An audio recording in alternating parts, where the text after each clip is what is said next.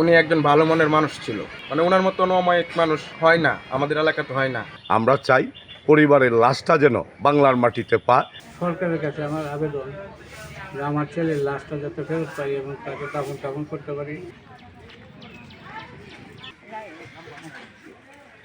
উনি একজন ভালো মনের মানুষ ছিল। মানে ওনার মতো অমায়িক মানুষ হয় না, আমাদের এলাকাতে হয় না। মানে মুরব্বি ধরে ছোট বাচ্চারা যারা আছে সবাই তার সাথে মিশতে পারতো, এরকম একটা মানুষ ছিল। তার সাথে যে কত কত স্মৃতি আছে আমার, যা বলার বাইরে। আমার মনে হয় না যে এই এলাকার মধ্যে মানে আরো রিয়াদ মামা যত জায়গায় গেছে, মানে রিয়াদ মামার কোনো শত্রু নাই, ওনার শত্রু হইতেই পারে না।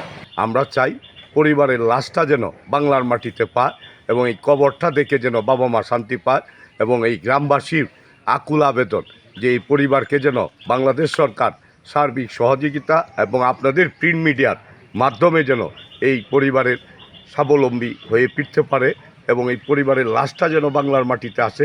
এই ড্রোন আইসা 3 জনের উপর পড়ছে, 3 জন পুইরা বেলে ছাই হয়ে গেছে, আর 3 জন আহত অবস্থায়, অনেকের হাত নাই, অনেকের পা নাই। ওরা 3 জন হাসপাতাল গেছে। লিমন দত্ত যে অন্য পয়েন্ট লাইনে গেছে, ওখান থেকে আঘাত পায় নাকি ওর ট্যাঙ্ক ভেঙে গেছে। পরে ওদের সাথে হাসপাতালে দেখা হয়েছে, জিজ্ঞেস করছে যে রিয়াদের কী খবর। রিয়াদের সাথে আরেকজন আছেন আমাদের এই যে রাজবাড়ির আব্দুর রহমান, বলতেছে যে ওরা 2 জন, আরেকজন সহ 3 জন মারা গেছে।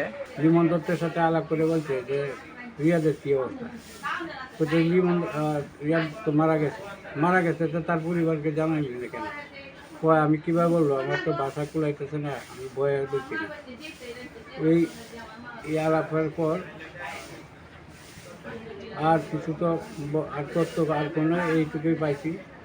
বিভিন্ন জায়গায় যোগাযোগ করতে হবে কিন্তু কোনো তথ্য পাই নাই।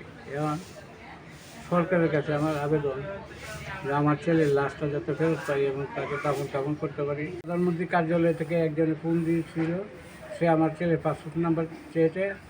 আমি হোয়াটসঅ্যাপ নাম্বারে তাকে এই নাম্বার দিয়েছি, বলছে যে পরবর্তীটা আপনাকে জানানো হবে।